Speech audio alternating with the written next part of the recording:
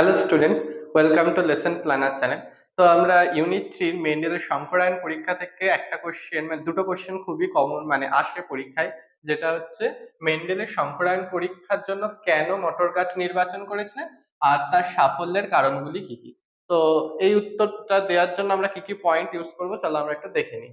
তো মটর গাছ নির্বাচনের কারণ দ্রুত বংশবিস্তার, অর্থাৎ মটর গাছ একবর্ষজীবী উদ্ভিদ এবং তারা দ্রুত বংশবিস্তারে সক্ষম। সহজে চাষযোগ্য, অর্থাৎ অল্প জায়গার মধ্যে এদের সহজে চাষ করা যায়।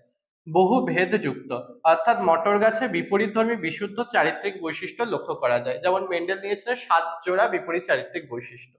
উভলিঙ্গ এবং স্বপরাগী, অর্থাৎ মটর গাছের ফুল হচ্ছে উভলিঙ্গ প্রকৃতি, অর্থাৎ একই ফুলের মধ্যে পুংস্তবক স্ত্রীস্তবক দুটোই দেখা যায় এবং এরা স্বপরাগযোগ করতে সক্ষম। বৃহৎ আকৃতির ফুল, অর্থাৎ আকৃতিটা বড় হওয়ায় ফুলের ইমাসকুলেশন, আমরা সবাই জানি ইমাসকুলেশন কথার অর্থ কি, অর্থাৎ উভলিঙ্গ ফুলকে যে কোনো একটা অর্থাৎ স্ত্রীস্তবক বা পুংস্তবক কেটে একলিঙ্গ করার পদ্ধতি হচ্ছে ইমাসকুলেশন। তো এই বৃহৎ আকৃতি ফুলের হওয়ার জন্য ইমাসকুলেশন করা সম্ভব। এর ফলে সংকরায়ন উদ্ভিদ সৃষ্টি করা সম্ভব ইতর পরাগযোগের মাধ্যমে। তো আমরা এই দুটো পয়েন্ট অবশ্যই লিখবো, আর এই পয়েন্টটা অবশ্যই লিখবো, আর এই পয়েন্টটা অবশ্যই লিখবো। আর আছে উচ্চ উৎপাদনশীলতা, অর্থাৎ বহু সংখ্যক বীজ সৃষ্টি করতে পারে মটর গাছ।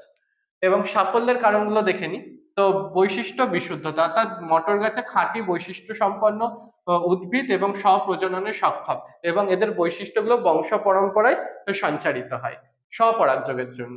দ্রুত উৎপাদনশীলতা, যেটা আমি আগেই বললাম, বৈশিষ্ট্যে বৈচিত্র্যতা দেখা যায়, অর্থাৎ মেন্ডেল যেমন 7 জোড়া বিপরীত চারিত্রিক বৈশিষ্ট্য নিয়েছিলেন।